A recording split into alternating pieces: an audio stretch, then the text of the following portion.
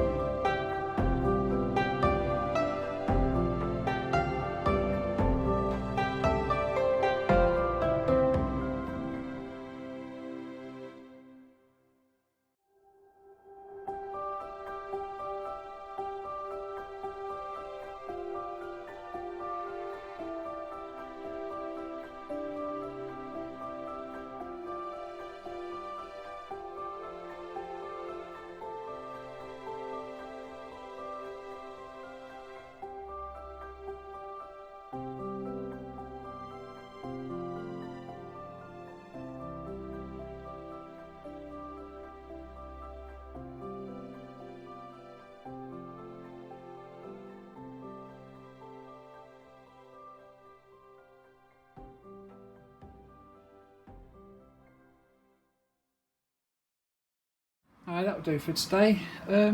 Didn't do a huge amount, surprisingly. That was about 2 hours worth.